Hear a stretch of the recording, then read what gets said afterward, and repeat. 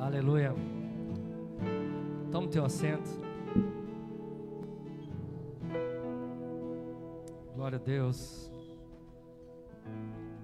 Boa noite, gente. Pai do Senhor. Irmãos, hoje a gente vai entender um pouco sobre o que nos trouxe aqui nesse dia. O coração por detrás, né? Daquilo que a gente está propondo para essa noite. A gente vai ter outro em dezembro. E provavelmente alguns do ano que vem. A gente está vendo a melhor forma. Mas eu queria fundamentar um pouco o porquê desse processo. O que a gente está propondo viver aqui. Eu não sei se você gosta de ler sobre alguns avivamentos. Eu não sei, quem é curioso como eu, assim? Alguém já leu sobre os morávios? Os moravianos? E uma coisa assim que me chama muito a atenção, a gente está no ano de 1700 e pouquinho, né? Se eu não me engano. E começou um movimento de oração. Um movimento de oração. E esse movimento de oração, ele foi provocando uma consciência tão legítima do que era uma vida, do que deveria ser uma vida em Deus. Isso acabou proporcionando outras movimentações, como um despertamento para missões, para envio de pessoas às nações. E até hoje, eles são referências nesse sentido de oração, de comunidade de busca. E eu quero trabalhar muito nesse aspecto hoje, do por que estamos aqui e qual é o objetivo. Uma coisa você pode ter certeza, você vai sair daqui mexido hoje, amém? Em nome de Jesus. Em nome de Jesus. Hoje é um tempo de a gente assentar, né? Assentar no nosso coração um desejo de Deus, porque eu entendo que isso é desejo de Deus. Eu queria que você abrisse, eu quero começar pelas Escrituras. Eu queria que você abrisse comigo em Ezequiel 22.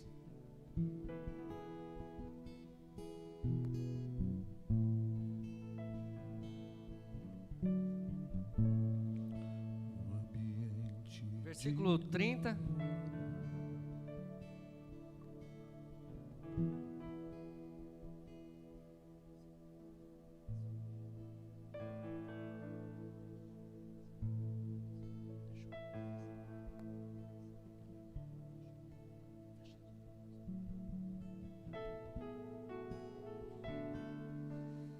Eu e o Marcão estamos fazendo alguns ajustes aqui, não repara não, tá, irmãos? Glória a Deus. Ezequiel 22, 30.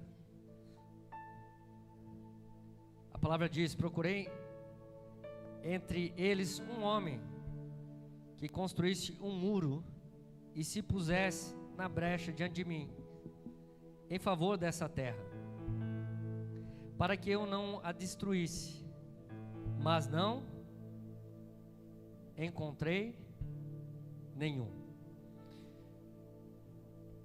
É interessante aqui, irmãos, a gente começa a ver alguns aspectos aqui que são importantes. Primeiro, Deus estava insatisfeito com o que Israel estava vivendo nesse momento. Estava um nível de afastamento de Deus, de maldade, de pecado, muito alto em todas as esferas, na esfera sacerdotal, na própria estrutura comunitária, em tudo que eles estavam vivendo. Havia um comportamento que era completamente desagradável a Deus. E a primeira pergunta que eu faço nesse texto, quando eu leio ele, é o seguinte: Deus poderia ter agido de forma direta, irmãos? Você acha que Deus tem poder para isso, para de repente agir de forma direta e simplesmente alterar de alguma forma o comportamento daquelas pessoas? Deus poderia fazer milagre pelas ruas, por exemplo, dessa cidade. Poderia provocar um nível de quebrantamento, não poderia? Não poderia dar para eles uma experiência com aquilo que é celestial, de uma tal forma que isso não fosse mais questionado, de uma tal forma que ele fosse reconhecido pela sua ação. Deus poderia ter feito isso, claro que ele poderia ter feito isso. Mas a Bíblia, ela traz um caráter de Deus que é muito importante a gente entender, que revela o profundo do coração de Deus. Que Deus, quando Ele vai procurar fazer alguma coisa, Ele não procura estruturas, Ele não procura algo que possa fundamentar por veículos humanos aquilo que Ele quer fazer. Não, Ele procura alguém, Ele procura uma pessoa que consiga compreender o seu desejo, que consiga compreender aquilo que Ele quer fazer. Então, a ideia de Deus não é simplesmente agir sem que uma pessoa seja despertada. Ele poderia ter usado alguém desligado dele para fazer alguma coisa, não poderia? Claro que poderia. A gente tem exemplos bíblicos disso. Depois que a mula falou, meu irmão, a gente está convencido que Deus pode usar qualquer um. Só que tem um detalhe, ele busca alguém que entenda o seu coração, e esse homem não estava sendo encontrado aqui. E eu começo a ver que às vezes a gente para em uma estrutura. A minha oração, sabe qual foi para esse dia? Deus, olha a oração, eu espero que vá pouca gente. E eu não quis fazer muita propaganda desse dia. Por quê? Porque o nosso movimento determina a qualidade do nosso coração diante de Deus. Então a minha oração foi: envie aqueles que precisam ouvir a mensagem, Senhor, aqueles que precisam encontrar esse lugar, esse ambiente, para que eles sejam desenvolvidos segundo aquilo que o Senhor deseja ainda produzir nos nossos dias. E Deus começa a trabalhar aqui numa visão de dizer que, olha, eu não achei alguém. Ele revela um desejo absoluto. O céu, ele sempre vai estar em busca de pessoas que não apenas falam de avivamento, mas que sejam um avivamento de forma interna. Porque a gente muitas vezes quer ver um mover sobrenatural no ambiente que nós estamos, mas aqui dentro ainda está muito bagunçado. Ele ainda não é o nosso primeiro desejo. A gente ainda não dá a primeira importância àquilo que Ele é. Nós viemos muitas vezes em reuniões falando de igreja geral, amém, irmãos?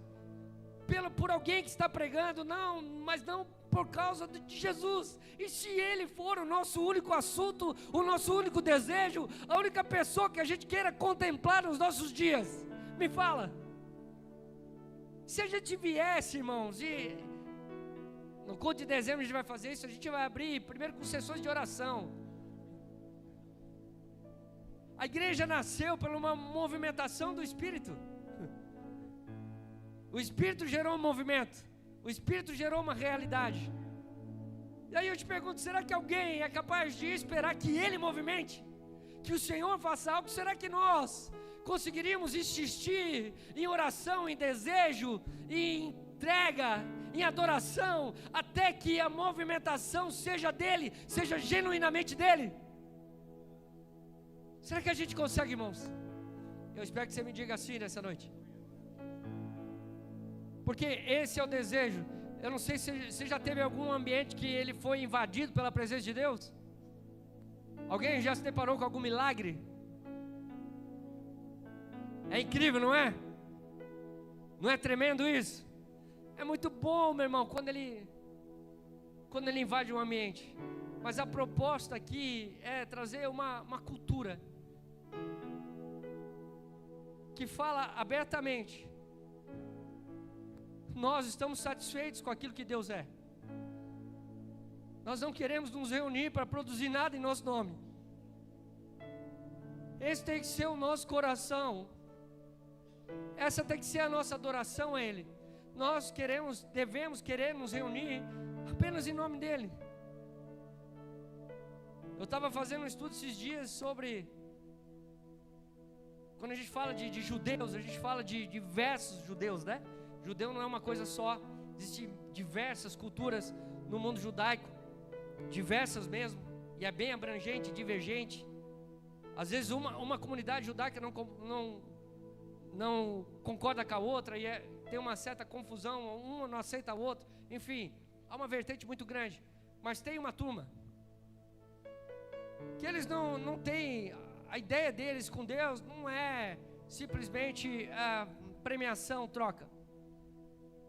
Eles procuram Deus porque são fiéis a Deus, porque o amam. Então a ideia nossa é que a gente seja esse lugar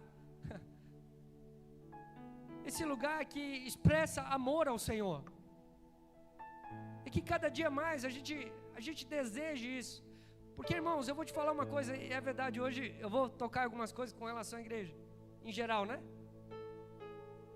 Mas às vezes a gente tem um culto massa, mas uma semana de trevas. Em casa, a gente já não tem algumas práticas que nós tínhamos antes. A gente já não tem um devocional tão ativo, a gente já não tem tempo, às vezes, para orar. A gente já não tem aquela vontade de ler a Bíblia. Muitas vezes é assim, mas o nosso culto está massa, o nosso culto está jóia. Está tudo funcionando, os irmãos estão na porta, os obreiros estão posicionados. Você entende o que eu estou dizendo nessa noite? E a gente entende que isso é o corpo funcional de Cristo. Isso também mas vai muito além disso. Nós precisamos absorver a realidade de reino como uma cultura pessoal importante, como algo que tome o nosso alvo nos nossos dias a dia, no nosso dia a dia. Eu preciso aplicar algumas verdades no meu dia a dia, senão tudo que eu vou ter é uma reunião no domingo. E essa é a expectativa. Nós estamos vindo às vezes nos cultos sem expectativa. A gente vem para dizer que é crente, para não faltar no culto, porque se a gente faltar a gente não ser tão crente. E a gente não quer ver às vezes nossos filhos desviados. A gente nem vem por causa de nós, a gente vem por causa dos nossos filhos. E o que nos falta muitas vezes é aquela paixão, meu irmão. É aquela vontade de olhar assim para os filhos e falar: hoje, de forma alguma, eu posso ficar de fora daquilo que Deus vai fazer. Às vezes eu já participei de reuniões assim, é uma delícia isso. Quando as pessoas vêm já focadas naquilo que o Senhor pode fazer no meio delas. Sabe, não há mais voz de comando, meu irmão. Não é você que manda levantar, você que manda sentar, você que manda cantar isso, você que manda cantar aquilo, não. O Espírito Santo vai tomando a reunião de um tal jeito que as pessoas cantam sozinho, levantam sozinho, oram sozinhas. Ele vai gerando uma movimentação, e é disso que eu estou falando, meu irmão. Nós precisamos desesperadamente trazer isso para os nossos púlpitos. Vamos parar até que Ele nos movimente. Vamos esperar até que algo genuíno aconteça, até que a gente tenha uma experiência mesmo com aquilo que o Senhor quer produzir no nosso meio. Porque certamente, se eu perguntar para vocês, todo mundo gostaria de ver milagres, não gostaria? Mas o maior milagre que a gente pode ver hoje é cada um de nós rendido totalmente na presença dEle, totalmente desejando aquilo que Ele pode fazer, desejando aquilo que Ele pode realizar no nosso meio. Viver a realidade da doutrina é mais importante do que discutir pontos. A gente precisa trazer a doutrina de reino para os nossos dias, a educação de reino para os nossos dias, buscar exemplos daquilo que Cristo viveu e aplicar nos nossos dias, porque Ele sempre vai começar por um homem, Ele sempre vai começar por alguém, Ele sempre, mas Ele precisa nos encontrar nesse lugar. Ele precisa ver os nossos corações cheios de esperança com aquilo que Ele pode fazer nos nossos dias. Sabe aquele ambiente, irmãos, que as canções, elas são produzidas pelo que o Espírito está falando. Eu tive uma experiência anos atrás, quando eu era ainda baterista. A gente foi tocar num evento e eu estava com o Judson. E o Judson, ele falou para mim: Gladys, chega mais cedo para a gente dar uma passada no som e passar as canções.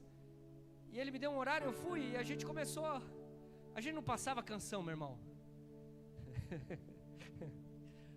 A gente nunca passou canção.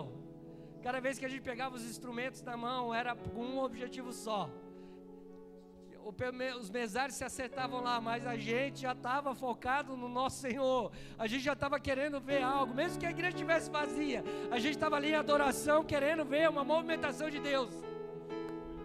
Eu lembro que a gente foi ali, passou o som, entre aspas, e a pessoa foi chegando e já foi se rendendo naquela atmosfera, já começava a entrar em oração, já começava a cantar.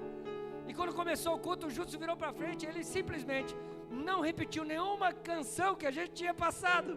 Por quê? Porque quando o povo chegou, nós já estávamos tão cheios daquela presença, a gente não conseguia mais parar, a gente não conseguia mais fazer outra coisa, a gente começou a olhar um para o outro.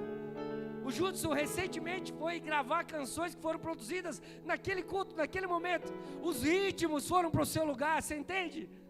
Ninguém precisava mais olhar para ninguém e falar, nota essa, nós entramos numa atmosfera onde Deus estava de um tal jeito que Ele estava coordenando tudo. É disso que eu estou falando, meu irmão. É desse ambiente. E aí, quando eu vi o Judson já, mamamá, eu falei, pronto. Já foi o culto. Ezequiel 22:30 vai revelar alguns pecados, mas mais que revelar os pecados, revela um desejo de Deus, revela algo que havia uma nação aqui com profetas que mentiam, sacerdotes que profanavam as coisas santas, uma mistura, os príncipes que oprimiam o povo, e o povo comum praticava violência e injustiça entre eles, ou seja, um caos. Mas é como se Deus não estivesse olhando o caos.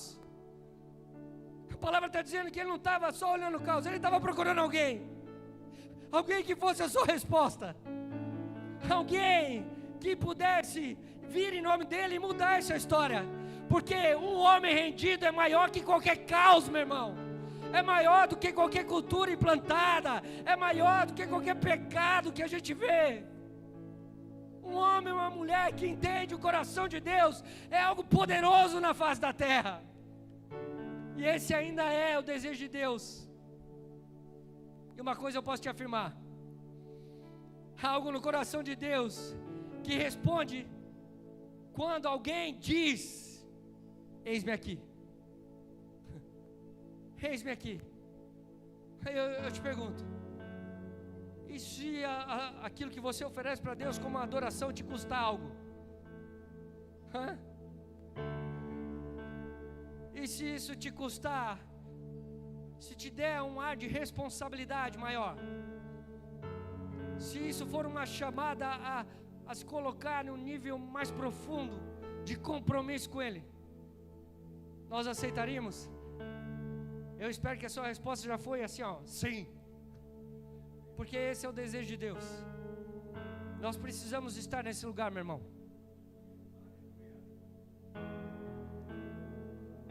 A sensação que eu tenho nesses dias é que tem algo para romper. Tem alguma coisa aí, meu irmão. Alguns homens que já estão tendo uma sensibilidade no espírito, não precisa ser muito espiritual para entender isso, já sente que tem algo nos ares. Há quantos irmãos eu tenho conversado que eles têm dito, Gladys, não é possível ser só isso. Não é possível. Tem que ter um pouco mais. Tem que ter um pouco mais. A gente está meio que hoje disputando na internet quem tem a melhor pregação, ou quem é dono da verdade, quem tem a melhor teologia, quem tem a melhor aplicação teológica. Será que alguém poderia ir para a internet e provocar um nível de intimidade com Deus maior? Porque quando Ele vem, até as diferenças teológicas caem por terra. Quando Ele vem, meu irmão, os nossos argumentos acabam, as nossas desculpas acabam. E o que nós precisamos é nos render até que Ele diga de fato aquilo que Ele quer dizer. Eu não sei você, mas eu não quero ler experiências e livros. Eu quero viver as experiências com Deus agora, nesses dias. Pega a sua mão, se você quer isso, meu irmão. Ore, ore, ore, fale: Senhor, eu quero, eu desejo, eu preciso ser impactado. Diga, diga, diga, diga. Ah, meu Deus.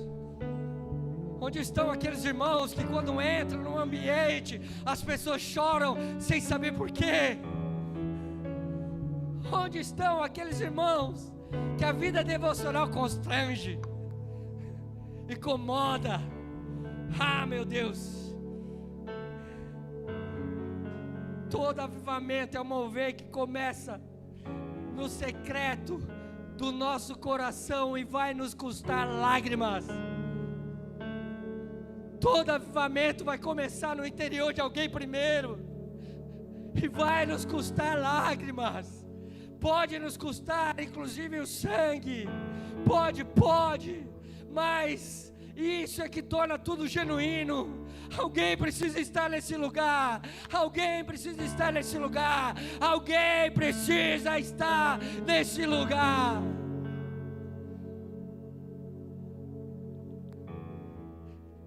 Aprenda uma coisa.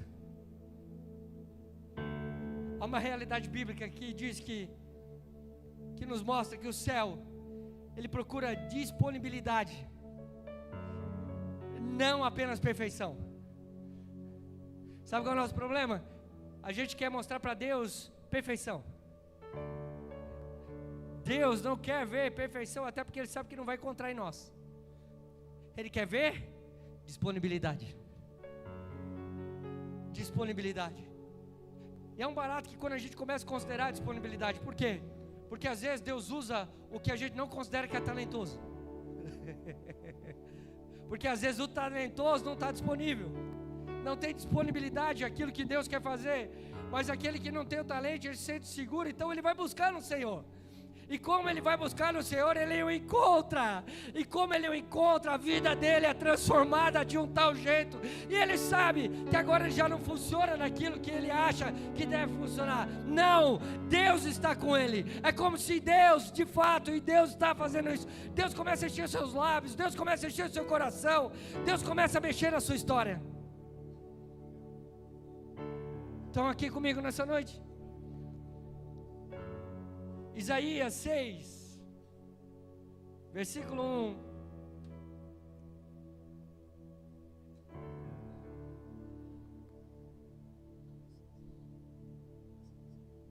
Eu vou ler, o texto é um pouco longo, mas a construção tem a ver com o que nós estamos dizendo agora. No ano da morte do rei Uzias, eu vi o Senhor assentado sobre um alto e sublime trono, e as abas das suas vestes enchiam o templo. Serafins estavam por cima dele. Cada um tinha 6 asas, com 2 cobria o rosto, com 2 cobria os seus pés e com 2 voava. E clamavam uns para os outros, dizendo: Santo, Santo, Santo é o Senhor dos exércitos. Toda a terra está cheia da sua glória. As bases do linear se moveram a voz do que clamava, e a casa se encheu de fumaça. Então eu disse: ai de mim, estou perdido, porque sou homem de lábios impuros e habito no meio de um povo de impuros lábios. E os meus olhos viram o Rei, o Senhor dos exércitos. Então um dos serafins voou para mim, trazendo na mão uma brasa viva, que tirara do altar com uma tenaz. Com a brasa tocou na minha boca e disse: eis que ela tocou os teus lábios, tua iniquidade foi tirada, e perdoado o teu pecado. Depois disso, ouvi a voz do Senhor que dizia: a quem enviarei? A quem há de ir por nós? Disse eu: eis-me aqui, envia-me a mim. Então disse ele: vai e diz ao povo: ouvi, ouvi e não entendeis, vede, vede, mas não percebais. Torna insensível o coração desse povo, endurece-lhes os ouvidos e fecha-lhes os olhos, para que não venha ele a ver com os olhos, a ouvir com os ouvidos e a entender com o coração, e se converta e seja salvo. Então disse eu: até quando, Senhor? Ele respondeu: até que sejam desoladas as cidades e fiquem sem habitantes, as casas fiquem sem moradores, e a terra seja toda assolada, e o Senhor afaste dela os homens, e no meio da terra seja grande desamparo. Pensa numa coisa, irmãos. Isaías é chamado no momento que um rei morre, que o templo se enche da glória de Deus. Mesmo se sentindo como um homem de impuros lábios, Ele teve uma visão aberta daquilo que Deus estava revelando a ele. Aqui a gente tem uma perspectiva. Deus procura disponibilidade, não perfeição. Se fosse por perfeição, obviamente Isaías não viria o que viu. Só que uma vez que você tem uma experiência com aquilo que Deus está revelando, a sua iniquidade também começa a te incomodar e é revelada, para que isso seja tirado de você, assim como o profeta viveu. Para quê? Aí ele veio, e a palavra de Deus para o povo era algo muito duro, mas a experiência de Isaías era algo magnífico. Ele viu a glória de Deus. São dois aspectos, e Deus pergunta. Deus estava mostrando tudo aquilo e ainda pergunta: quem verei? Ou seja, ele tinha escolha. E aí eu te digo, ou seja, ele não tinha escolha.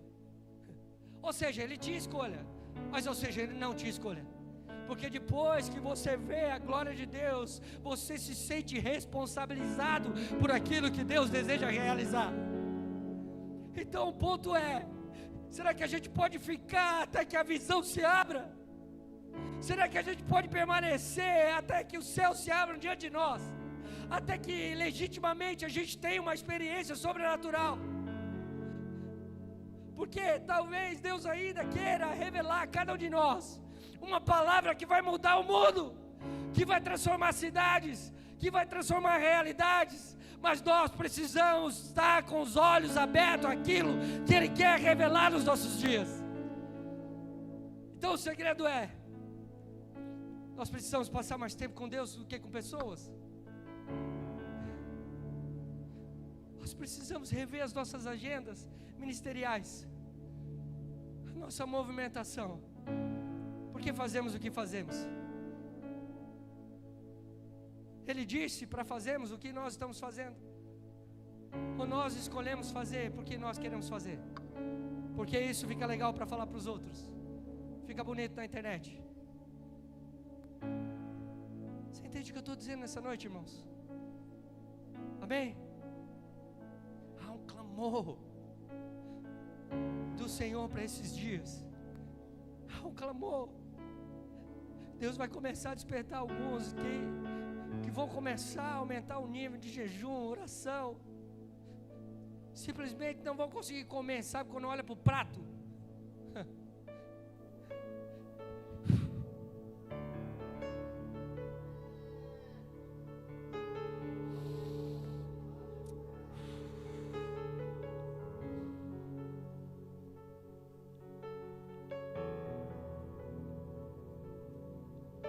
Nós não precisamos ser perfeitos, só precisamos estar disponíveis. Quando eu estava orando e veio esse nome, One Fire, um fogo, uma chama. Eu estava com esse pensamento de que a gente só precisa de um fogo, apenas um fogo, uma fagulha, um foguinho, para visitar os lugares incríveis em Deus. A gente só precisa disso. Eu não sei se alguém lembra do Paixão, Fogo e Lágrimas, por exemplo. Paixão, Fogo e Glória, do David Keelan. Som da Chuva.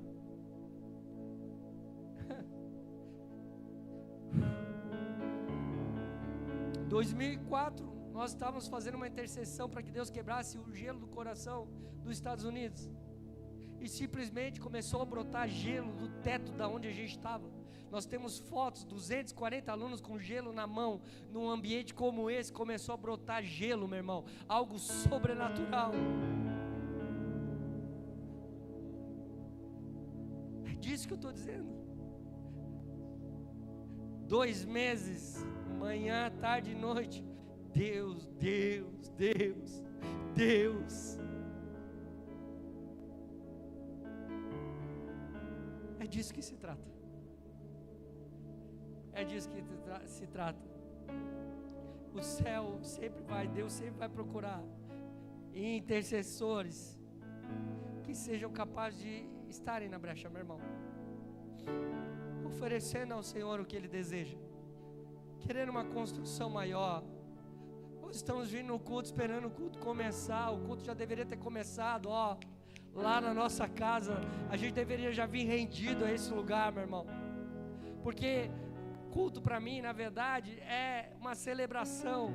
A gente precisa vir aqui para reunir. Imagina, todos nós tendo experiência dia após dia com o Senhor, e de repente o povo todo se junta. Imagina, esse deveria ser o nosso culto, para contarmos aquilo que o Senhor tem feito no nosso meio, para contarmos, falarmos sobre aquilo que Deus realizou, aquela experiência que às vezes ninguém viu, mas que aquilo te apontou para níveis com Deus novos, sabe quando isso renova a nossa esperança, que dá sentido para aquilo que a gente quer fazer, que dá sentido para os nossos dias.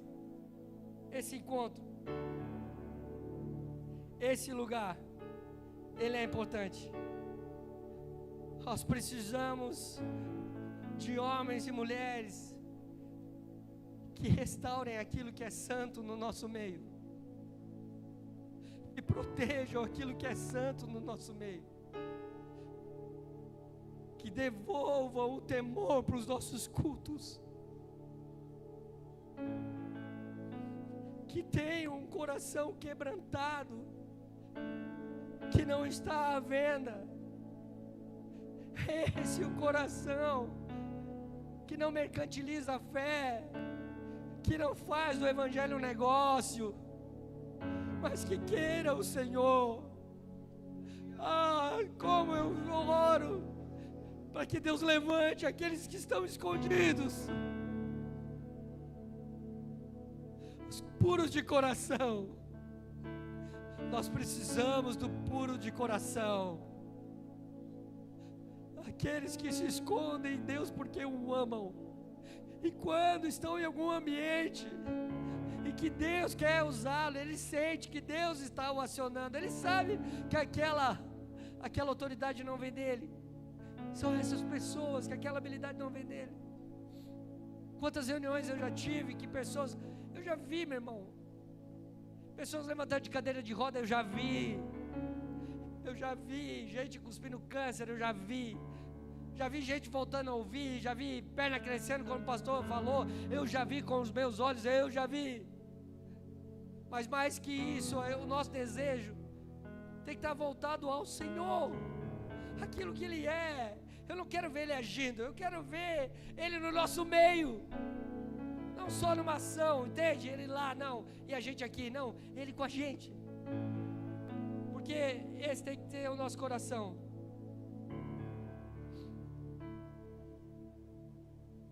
Aleluia.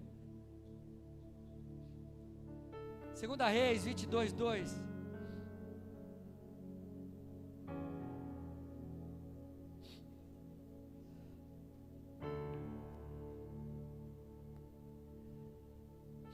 A palavra diz: Ele fez o que o Senhor aprova, e seguiu em tudo o caminho do seu predecessor Davi, sem desviar-se nem para a direita nem para a esquerda. Deixa eu te dizer uma coisa, nós estamos falando de um jovem chamado Josias, que simplesmente decide reformar o templo. Nesse processo ele reencontra o livro da lei, que estava simplesmente esquecido. Quando ele ouve a palavra desse livro, ele rasga as suas vestes, ele chora e simplesmente passa a ser um líder de um avivamento nacional. Você tem ideia?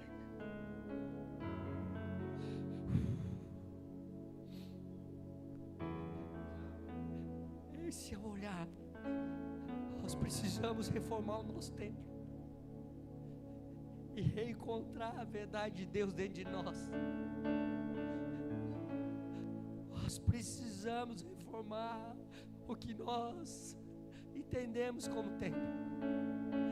Nós aceitamos TikTok, nós aceitamos Instagram, aceitamos o YouTube, tudo bem. Só que até que ponto nós aceitamos? Até que ponto os nossos olhos procuram aquilo que não agrada ao Senhor? Até que ponto? Até quando, irmãos? Até quando a gente precisa correr para Ele desesperadamente?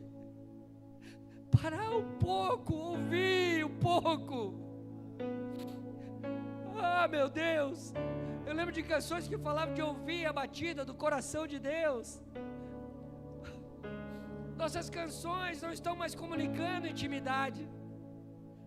Os nossos ambientes muitas vezes não estão mais produzindo níveis de glória. Precisamos voltar, meu irmão. O que precisa ser tirado, o que precisa ser transformado, o que precisa estar rendido, é disso que se trata. Eu sinto que hoje a voz é: se arrependam. Todos nós, não estou falando de vocês, estou falando de mim também. Nós precisamos nos arrepender mais. Nós precisamos. Cadê aqueles cultos que as pessoas não conseguem nem tocar seus instrumentos do peso da glória de Deus? Eu fiz um culto uma vez em Maringá. Eu presenciei algo que eu fui obrigado a chorar. Tinha filhos vindo buscar os pais na igreja, porque estavam tomados pelo Espírito Santo de Deus, estavam jogados, lançados ao chão, e eu via filho carregando o pai, falando em línguas pro carro. Ah, meu Deus do céu! Isso dá um desespero, não dá na gente?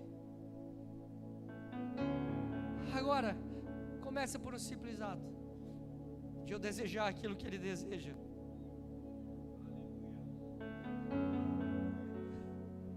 De eu desejar. A gente está organizado demais, irmão. A gente precisa bagunçar um pouquinho mais o coreto dos nossos cultos. Hoje a vontade foi tirar as cadeiras daqui, mas no culto que vem ninguém mais segura o pastor Adriano. Irmãos, a gente não quer um evento, nada contra. A gente quer uma realidade dos céus.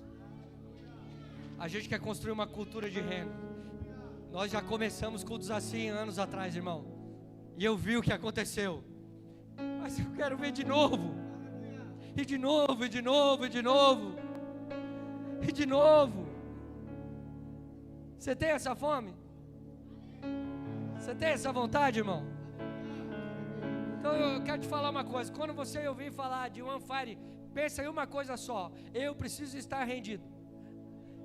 A gente não quer quantidade, a gente não quer reconhecimento. Não, a gente quer o Senhor.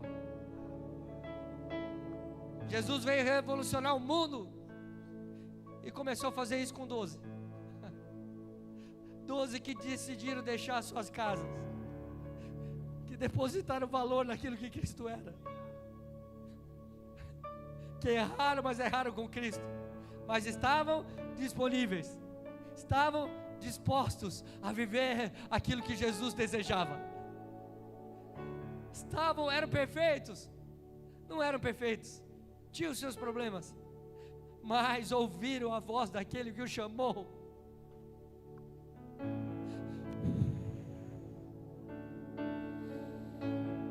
Pega um pouquinho as suas mãos, fala um pouquinho com ele. Tem uma presença tão doce aqui. Vou deixar você falar com ele um pouco, porque eu já vejo que Deus está tocando em alguns nessa noite. Isso não dependa da minha voz, não dependa das canções. Você é esse lugar. Você é esse lugar.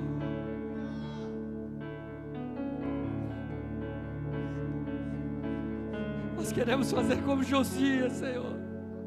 Nós queremos rasgar as nossas vestes como igreja. Nós estamos enfeitados demais, Senhor.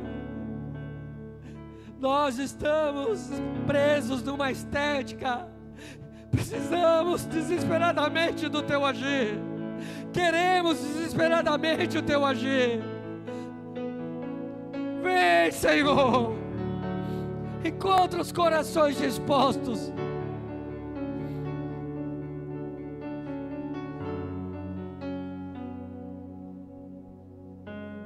Não há como carregar a tua glória e tolerar aquilo que o Senhor abomina. Nós não podemos tolerar aquilo que o Senhor abomina, Senhor. Queremos a tua glória. Queremos a tua glória.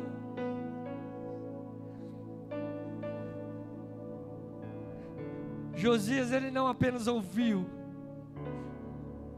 A gente vê pela palavra que ele se posicionou.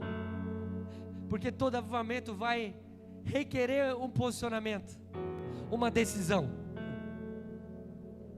Tudo aquilo que a gente chama como avivamento, despertamento, vai requerer uma decisão.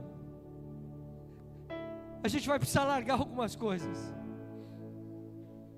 A gente vai ter que deixar aquilo que nos ocupa demais e que nos tira da presença, aquilo que nos tira dos valores que a própria Escritura traz para nós. A gente precisa ter esse coração de querer saber mais sobre aquilo que as Escrituras dizem, de meditar na palavra de dia e de noite. Nós precisamos desse coração. Vou repetir, Josias não apenas ouviu, ele se posicionou. Posicionou. Sabe aquele, aqui em casa não? Na minha vida não? Ah, mas está todo mundo fazendo. Mas eu não vou fazer.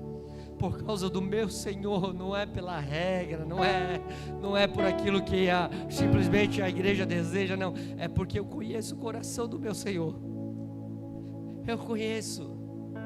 Então, se Ele não quer que eu tolere, eu não vou tolerar. Eu preciso tirar, e isso vai começar por nós.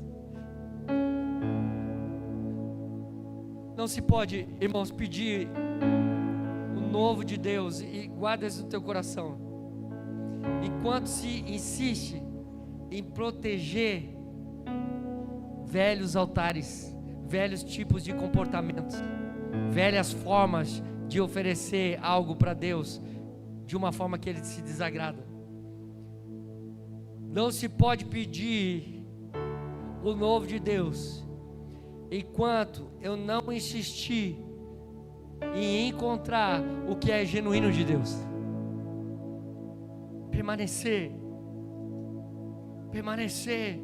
ficar, e de novo.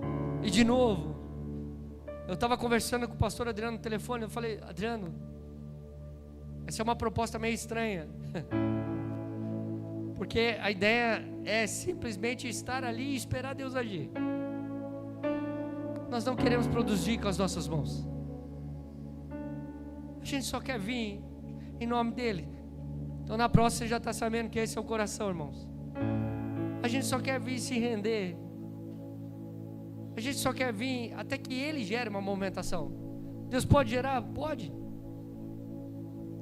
E essa é a hora que às vezes eu conto alguns testemunhos, porque isso enche o nosso coração. Eu fui pregar uma vez numa igreja, e eles estavam numa busca de algo sobrenatural. Isso não tinha a ver comigo, tinha a ver com o que estava sendo produzido naquela comunidade de fé. E eu lembro que eu peguei o microfone, eu fui começar a pregar, e a salinha das crianças ficava em cima, e desceu um professor desesperado, e eu vi que o desespero dele era um desespero bom, ele estava pegando fogo, e ele começou a gritar: gente, desculpa atrapalhar o culto. E aí eu com o microfone eu falei: que foi, irmão? As crianças. O que foi? As crianças estão sendo batizadas no Espírito Santo lá em cima, sem ninguém orar por elas. As crianças estão recebendo de Deus. Eu olhei para os irmãos e falei: me perdoa, irmão. Eu larguei o microfone e fui lá para cima para ver. Gente, era algo genuíno. Deus estava fazendo algo naquela igreja a partir das crianças. Ele entrou naquela sala. Eu tenho a cena na minha cabeça até hoje de ver aquelas crianças falando em língua. Você tem ideia do que é isso? É algo sobrenatural. Nós acostumamos a viver fora desse ambiente. Precisamos voltar correndo para um ambiente onde Deus pode se mover no nosso meio, não da maneira que a gente espera, mas da maneira que Ele quer.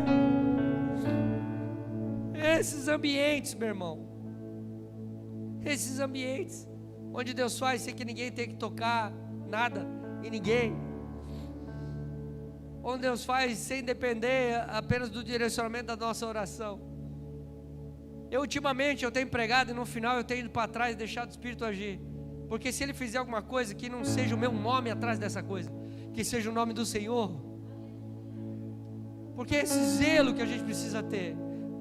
Eu volto a dizer, eu digo isso muito quando estou pregando, eu não trabalho para tornar o meu nome conhecido, eu trabalho para perpetuar o nome dEle na terra. É o nome dEle que é importante. É sobre Jesus, e vai continuar sendo sobre Jesus, e isso é que precisa nos bastar. É sobre Jesus, é sobre o Senhor. Deus, eu estou soltando algumas pedrinhas aqui só para provocar o teu coração. Deus procura vozes que não se calam diante do silêncio espiritual. Há um silêncio espiritual nesses dias, ainda que tem muita gente falando. Eu estou com uma sensação que tem que surgir algo novo, irmão. Há um desejo de Deus fazer algo novo, você acha isso? Há um desejo. Agora, Deus procura vozes que não se calam no silêncio espiritual. Alguém precisa balançar o barco. Alguém precisa provocar um ambiente. Alguém precisa se colocar nesse lugar. Eu tenho 2 amigos meus, Mano e Maninho, são gêmeos. 2 baixinhos, irmão. Pensa nos baixinhos invocados. E o pai dele tem um sítio, fazenda.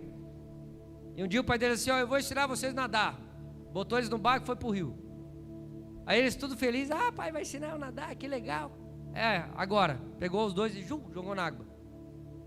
E ele me contou a experiência, que ele não sabia, começou a se afogar, e o pai dele no barco olhando: vamos? Aprenderam a nadar na hora, meu irmão. Ele falou: eu dei um jeito de sair daquela água. Alguém precisa provocar, meu irmão, porque talvez tenha capacidade dentro de você que você nem entendeu ainda. Agora alguém tem que se jogar nessa água, alguém tem que te jogar nessa água, provocar um nível de fé maior, provocar um nível de realidade maior. Por isso que eu amo a Ásia, porque cada vez que eu ia para lá eu voltava com uma fé renovada e preocupado com a igreja brasileira. Porque quanto mais a gente é provocado a viver níveis de fé, meu irmão, mais a gente também é mexido. Lembra que eu falei? Tem coisas que a gente vai lidar com a nossa própria iniquidade. Tem coisas que a gente vai ter que aprender a trabalhar com isso. Agora, há uma responsabilidade de proteger essa glória de Deus que está sendo gerada no nosso meio. Eu lembro do nosso apóstolo Luiz Hermínio, inclusive, falando: hoje o nosso trabalho maior é de proteger a unção que Deus deu. E eu pego essa palavra, é verdade, porque a unção que Deus deu não é nossa, é dele. E nós precisamos continuar protegendo aquilo que é genuíno, legítimo, verdadeiro. Protegendo. Homens não habilitados por Deus estão pegando o microfone e falando em nome dele. Homens que não foi Deus que levantou, foi a internet. Homens que muitas vezes nem tem um temor de Deus com as coisas de Deus. Usam o povo como manobra de manipulação para poder embolsar o dinheiro das ofertas. Nesses dias acontece isso. Só que nós precisamos de profetas, de homens e mulheres de Deus que se coloquem na brecha, meu irmão. E como a gente vence esse tipo de situação espiritual? Praticando as verdades de Deus. Não é só denunciando, mas vivendo o que é legítimo, verdadeiro, genuíno diante de Deus. Fazendo o que a Bíblia diz, fazendo o que o Senhor espera, fazendo o que o Senhor considera. E isso é importante. Hebreus 11, 37, 38. Queria que você abrisse comigo.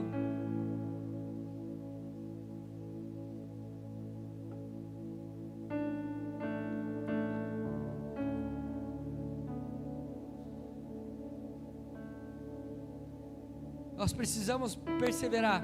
Nem tudo que a gente faz para Deus. Você está na escolinha do reino agora, eu quero te dizer uma coisa. Nem tudo que você vai fazer para Deus vai ter glória humana. Muitas vezes não vai ter glória humana nenhuma. Nenhum tipo de reconhecimento. Olha o que o texto diz em Hebreus 11, 37 e 38. Sobre homens de Deus.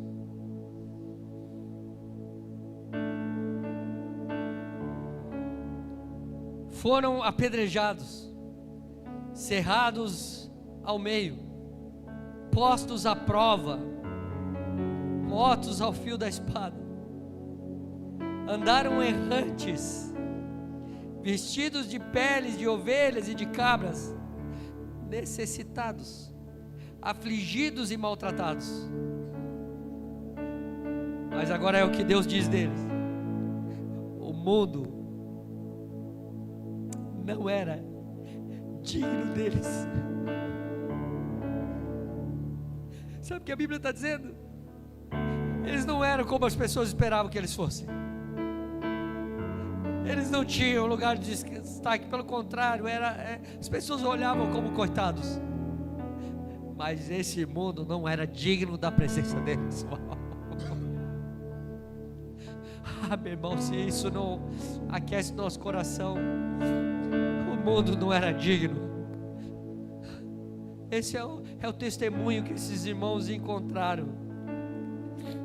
São os heróis da fé que o escritor de Hebreus menciona.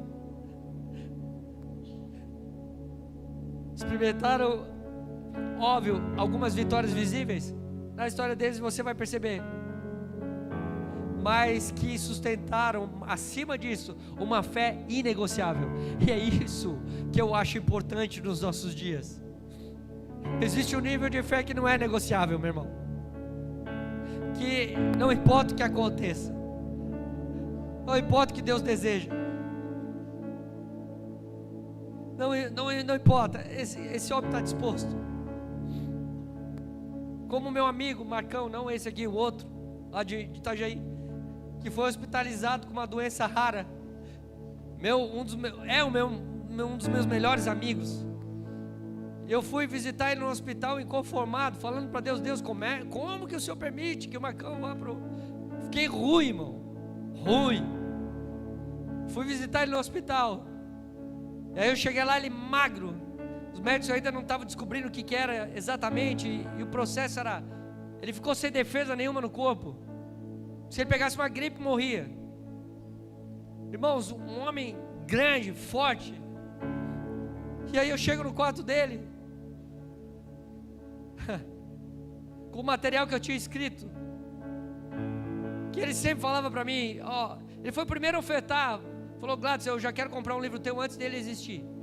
Foi o primeiro a ofertar para isso. O primeiro material que eu fiz, eu fui lá no hospital levar para ele. Macão, escrevi. E eu pensei que ele está triste, levei o material para dar uma animadinha. Cheguei lá, ele lá, com soro, deitado, abatido, não conseguia comer, feliz da vida. Eu falei: alguma coisa está de errado, matemática não fecha.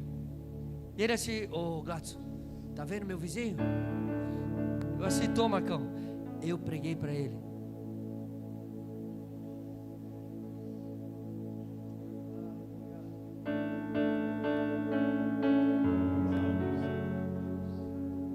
A possibilidade daquele vizinho dele morrer era grande.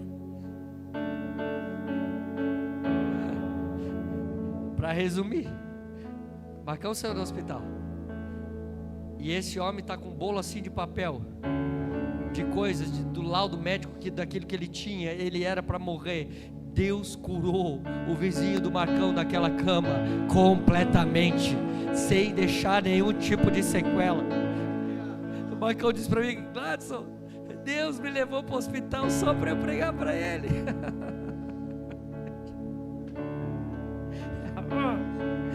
Uma fé inquestionável. inegociável. E eu falei: Marcão, uau, que bom que você compreendeu isso. Ele: isso foi difícil viver, mas valeu a pena. Valeu a pena. Hoje eu posso carregar a foto do meu amigo no meu celular e falar: o Senhor existe, o Senhor ainda faz, o Senhor ainda cura, o Senhor. Você pregar a cura para alguém estando bem é uma coisa, você pregar na cama do hospital para alguém que também está mal é outra, meu irmão. Isso é uma fé inegociável, é alguém que realmente quer o reino de Deus. Eu tenho certeza que Marcão vai assistir esse vídeo depois. Marcão, beijo no seu coração, você é a inspiração de fé para mim.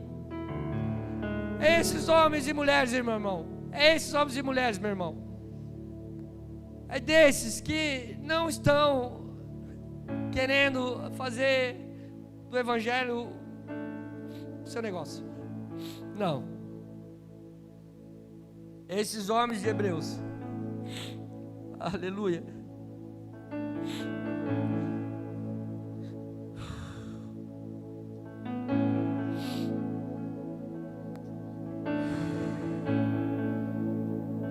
muitos viveram sem o reconhecimento, sem um palco, sem holofote,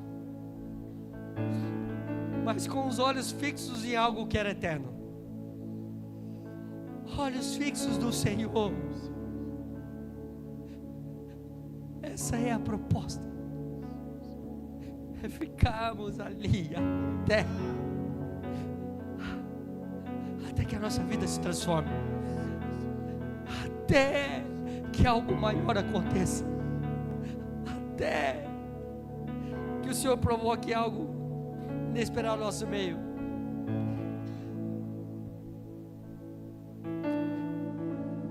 Essa geração, irmãos, que busca avivamento, ela precisa compreender algo que é importante, que nem sempre, guarda isso no teu coração, nem sempre nós veremos o que nós plantamos. Algumas situações a gente tem retorno, outras não, mas ainda assim a gente precisa continuar plantando. Nem sempre. Às vezes vai estar diante dos nossos olhos, às vezes não, mas a gente precisa continuar plantando, continuar acreditando. Hoje as pessoas são medidas por números, por quantidade de pessoas que atraem. Evangelho não se trata disso. Evangelho se trata de uma verdade que muitas vezes ninguém enxerga e que muitas vezes ninguém vê. Mas é aquilo que eu digo, Deus sempre vai começar por alguém, sempre. E se a fome for genuína, a resposta passa a ser legítima. Agora a fome precisa ser genuína, precisa. O mundo não era digno deles, porque eles eram cheios de algo que o mundo não poderia dar, irmãos. É isso que tem que estar no nosso coração. O mundo não poderia não oferecer aquilo que esses homens carregavam. O mundo não ia conseguir lidar com o que esses homens carregavam, porque tinha a ver com o reino de Deus, não tinha a ver com esse mundo. Quando a gente vai no Velho Testamento, e quando a gente faz um estudo sobre o relacionamento de Deus que é firmado através da aliança, não sei se você já viu a Bíblia pela perspectiva da aliança, que é muito importante. A gente vai encontrar uma palavra que se chama berit. Eu sou péssimo em pronúncia aí, enfim, posso estar errando a pronúncia, mas a palavra é essa, berit.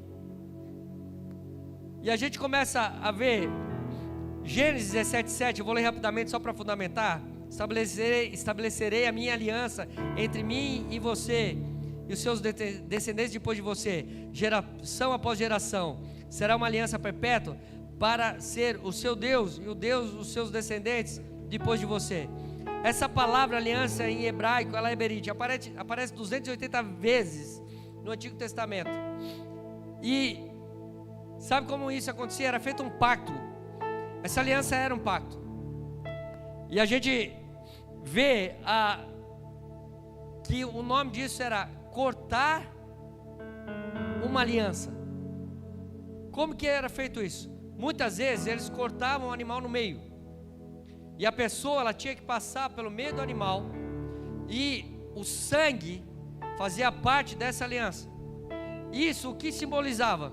Simbolizava que aquela aliança com Deus trazia uma responsabilidade, e que se o homem quebrasse a aliança com Deus, que acontecesse com o homem aquilo que aconteceu com o animal.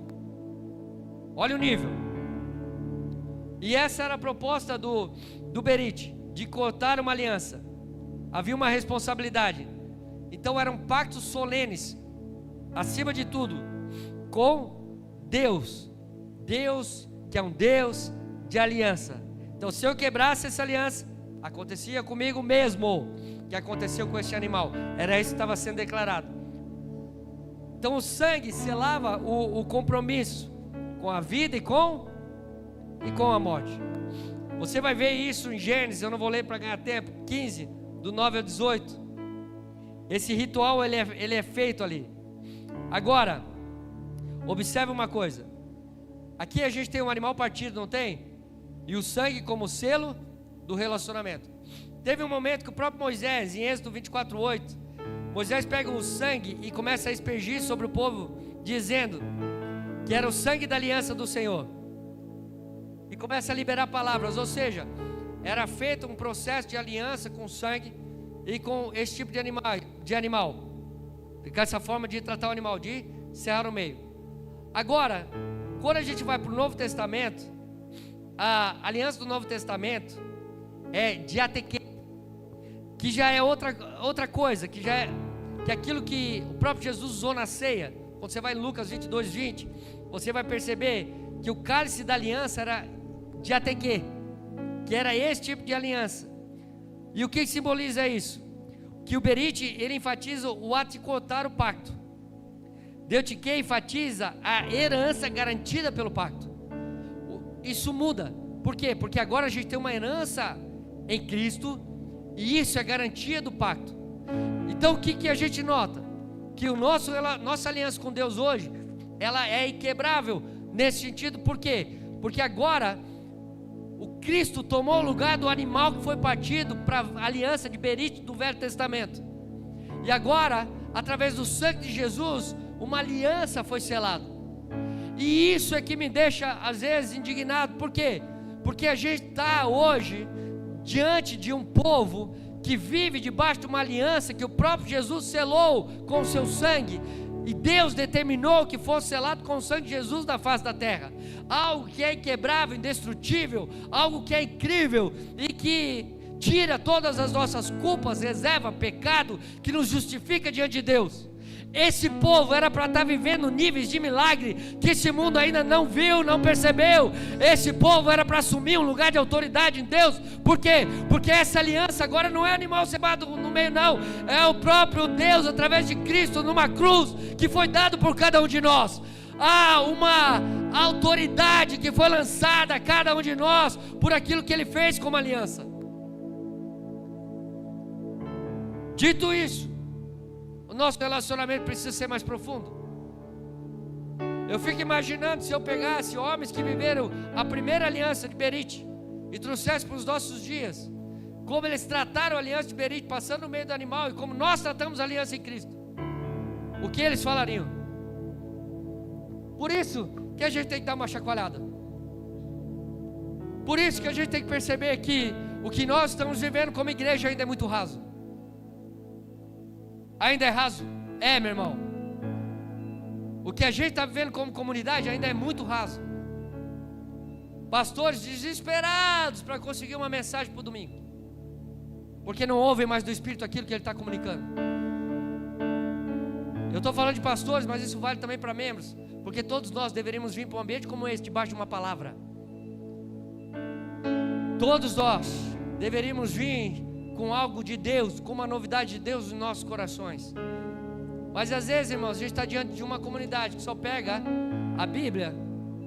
Saudade desse irmão. Só pega a Bíblia no domingo à noite. Agora o culto aqui está completo. A gente precisa provocar algo mais profundo.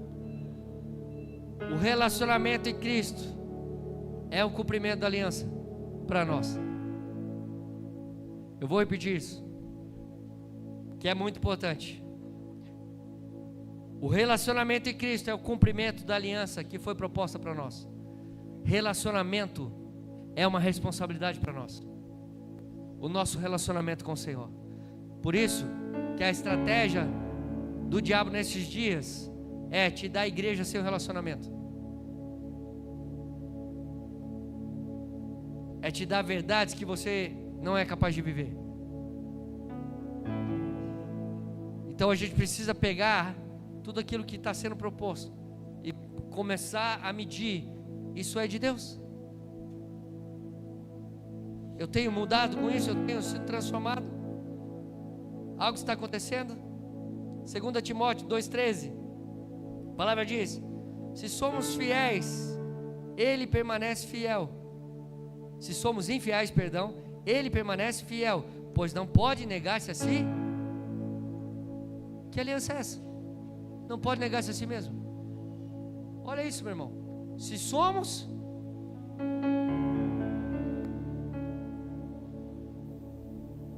isso já é motivo para a gente chorar uma semana. Não é verdade? Por quê? Porque ele não está procurando perfeição. Ele está procurando disponibilidade.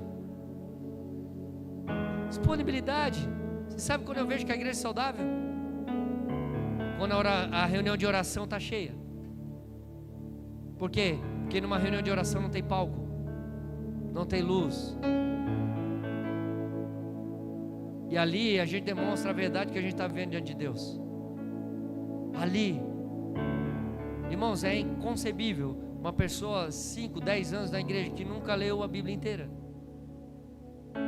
Sabe o que isso significa? Que não tem o desejo de conhecer o Senhor, que não tem o desejo de ir mais profundo. Por isso que a gente tem que dar uma chacoalhada. Eu espero que você não fique ofendido com o que eu estou dizendo, mas aqui a gente está debaixo de uma denúncia profética, amém? Não é pessoal, é algo que nós, como igreja, precisamos mudar, meu irmão. Não aceitar mais o inaceitável. Não aceitar. Eu já fui em comunidades que o prédio era horrível, mas a verdade era ouro. E isso é incrível. Eu já tive em ambientes que as pessoas tinham que pregar em subsolo para não serem achadas. Pouca gente, meu irmão, debaixo de um nível de perseguição que poderia custar a sua vida, mas estavam ali. Por quê? Porque queriam um relacionamento com o Senhor. Queriam um relacionamento com o Senhor. Às vezes a gente deixa de vir no culto para ir na lanchonete. Nós ocidentais precisamos reaprender vida com Deus, irmão. Precisamos voltar para esse lugar em nome de Jesus. Então, irmãos, esse é o desejo do nosso coração. Esse é o desejo. O relacionamento da aliança. Sabia que o relacionamento da aliança é o destino final da igreja? Sabia disso? Apocalipse 21:3. Apocalipse capítulo 21, versículo 3. E eu vi uma forte voz que vinha do trono e dizia: agora o tabernáculo de Deus está com os homens, com os quais ele viverá. Eles serão seus povos, e o próprio Deus estará com eles e será o seu Deus.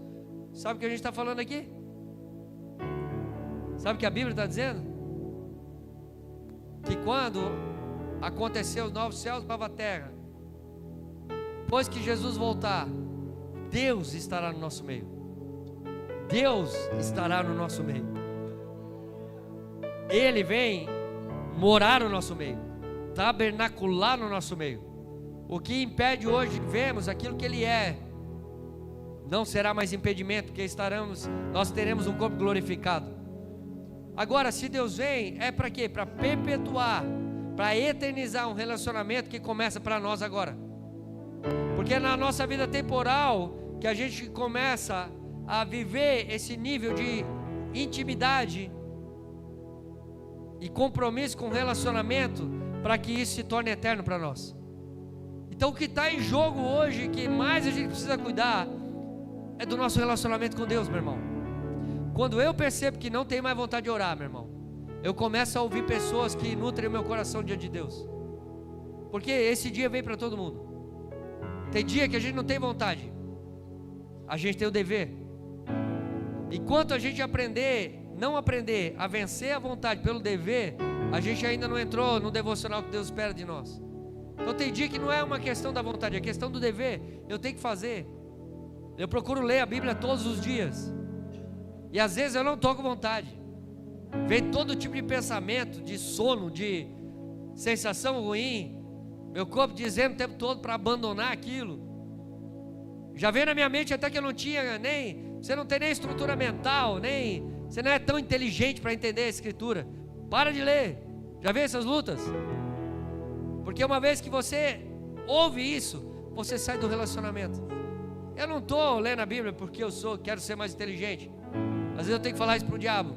Eu estou lendo a Bíblia para conhecer o meu Deus, para conhecer o meu Senhor, para me aprofundar naquilo que Ele deseja. Então, irmãos, hoje eu tirei para fundamentar o que a gente pretende viver. Amém? Então não é uma chamada para uau, né? Não, é para a gente dobrar os nossos joelhos mesmo. É para a gente viver esse nível de busca até que o Senhor faça algo. É para insistir nisso. Quando eu não tiver, o pastor Adriano vai estar, que pode acontecer de voo e essas coisas todas, mas a gente vai insistir. Irmãos, a gente já teve culto só de adoração lá no Evangelo Itajaí, de ficar horas sem pregação, e todo mundo orando, e aí o louvor comendo solto, e aquela coisa deliciosa, sem voz de comando nenhuma, todo mundo ouvindo do Senhor, querendo seu momento com Deus. Para mim isso é a essência dos nossos cultos. Isso. Às vezes eu falo para os irmãos, a gente devia vir de bermuda e chinelo, meu irmão, já para tirar o chinelo, ficar mais à vontade, só para a gente se lançar diante de Deus. Agora eu te convido, meu irmão, em nome de Jesus, reveja os teus dias e comece a acrescentar sempre uma coisa nova. Se faz tempo que eu não jejuo, pega um dia. Faz tempo que eu nunca acordei de madrugada, faz um dia, irmão. Acorda 3 horas da manhã, um diazinho. Dobra o joelho em cima do colchão se precisar, por causa do sono. Mas tenta. Começa a ler a Bíblia em Gênesis, não desiste em Salmos. Se é que chega, né? Geralmente a gente desiste em Salmos. Mas vai devagarzinho. Faz igual meu filho. Meu filho começou assim. Ele começou a ler um capítulo por dia. Daí ele começou não, pai, eu vou aumentar um pouquinho, né? E ele já leu a Bíblia 4 vezes. Está com 12 anos. Os irmãos do Burney conheceram meu filho, né? O Levi. E então assim, começa devagarzinho, vai devagar. Pega um diazinho. Pastor, a gente pode orar na igreja? Vem, irmão. Vem. Às vezes dá aquele tempinho depois do almoço, quem trabalha, né?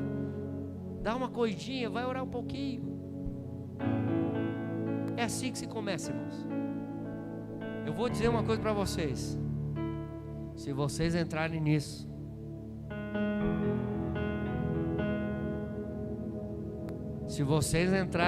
meu irmão, a coisa vai ir para outro lugar. Aí sim, a gente vai começar a ver umas coisas bem doidas no nosso meio. Em nome de Jesus. Vocês desejam isso? Amém? Então essa é a proposta, irmãos. Eu espero que essa mensagem tenha falado do seu coração. Eu espero que tenha fundamentado algumas coisas. Serviu para você, irmão? Amém? Foi benção? Gente, antes de passar para o pastor Adriano, a gente está começando mesmo tijolinho por tijolinho. Eu estou até fazendo algumas coisas que eu nunca me propus a fazer. Primeira coisa, eu me coloquei à disposição do pastor Adriano para vir aqui todo mês se precisar, para a gente ir construindo isso junto. A outra coisa, eu estou acionando o canal do YouTube, o meu, que eu não botava mais nada na internet, para chegar a comunicação agora. Então o interesse não é tornar conhecido através disso, não, é que a mensagem chegue, amém? Para que isso sopre. Então Então depois vai lá, se você quer rever a mensagem. Graças a Deus, Deus trouxe o pastor Fê aqui, né, para me ajudar, para me auxiliar, e já está lá. Obrigado, né? Obrigado pela equipe de comunicação. E depois, se você quiser rever, vai estar lá. Irmãos, e a gente vai construir. Amém? Mas vamos bater, até que o Senhor faça algo no nosso meio. Todos os meses agora eu vou buscar uma palavra específica, né, para esse ambiente que a gente está construindo aqui. E uma coisa eu já peço para os músicos assim, irmãos, não dê voz de comando para a igreja, deixa a turma, nós vamos entrar, não é um culto normal, né? Nós vamos entrar, entra aí, vai adorar a Deus. Pega as canções que vocês querem falar para Deus. Espero que vocês queiram falar, que todo mundo queira repetir, né? Mas a ideia é essa. A ideia não é mostrar musicalidade, não é mostrar. E a ideia, irmãos, de repente Deus até levanta outro no meu lugar aqui também para trazer uma palavra. Eu não tenho fominha, eu não sou fominha de microfone, mas a ideia é a gente construir algo coletivo aqui. Você já pensou daqui a um ano a gente falar desse culto aqui? Hã? Essa é a primeira vez que a gente se propôs a isso. Você já imaginou se realmente começa a acontecer alguns milagres no nosso meio? A gente está desde o primeiro momento agarrado, né? Glória a Deus. Então esse é um momento histórico para as nossas vidas, e que você vai até estranhar, porque eu não vou chamar ninguém à frente. Amém? Eu não vou orar por ninguém agora. Posso orar depois se você quiser. Mas hoje o foco foi que a gente recebesse essa palavra nos nossos corações, e que isso provocasse algumas mudanças que a gente precisa como comunidade de fé, falando de forma geral. Eu quero